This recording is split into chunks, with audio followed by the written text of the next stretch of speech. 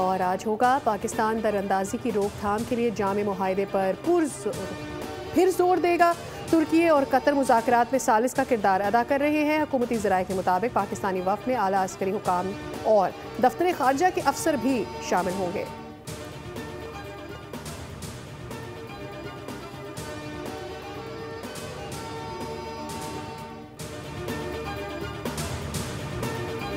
मुज़ाकरात में पेशरफ़्त का इम्कान होता है तभी बात की जाती है। अगर पेशरफ़्त का इम्कान ना होता तो फिर वक्त का ज़िया ही है। वज़ीर दिफ़ा ख्वाजा आसिफ कहते हैं कि पाकिस्तान का एक ही मौक़िफ़ है कि अफ़गानिस्तान की सरज़मीन से पाकिस्तान पर हमले बंद किए जाएँ। उम्मीद है ख़ित्ते में क़याम अमन के लिए अफ़गान तालिबान दानिशमंदी से काम लेंगे। ख्वाजा आसिफ ने कहा कि अगले हफ्ते आईनी तरमीम की कोई शक्ल निकल आएगी। इजहार राय देना बिलावल भुट्टो का हक है। अभी तक बात नहीं कर सकते कि क्या बहस हो रही है। तमाम पार्टी से मुशावरत के बाद जो नतीजा आएगा वो सामने ले आएंगे।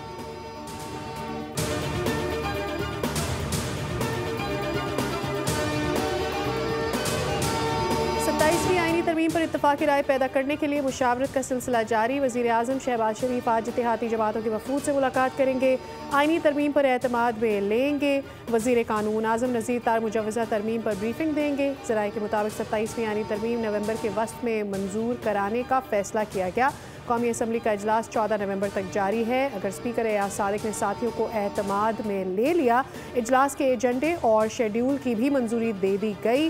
अहम नशस्त में तहरीक इंसाफ हस्ब रिवायत गैर हासिल।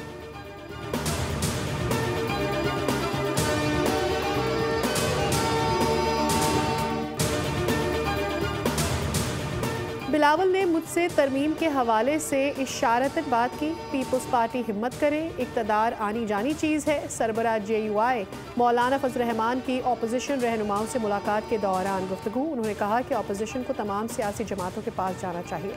हुकूमत को 27वीं तरमीम से बाज रहने का मशवरा भी दे दिया।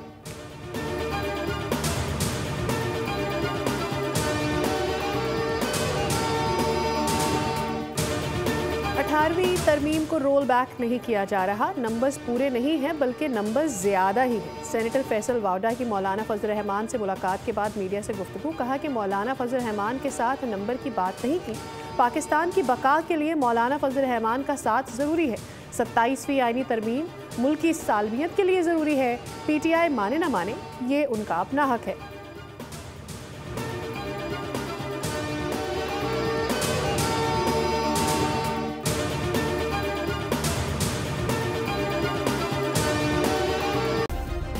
सब्सक्राइब करें और बेल दबाएं ताकि कोई खबर रह न जाए।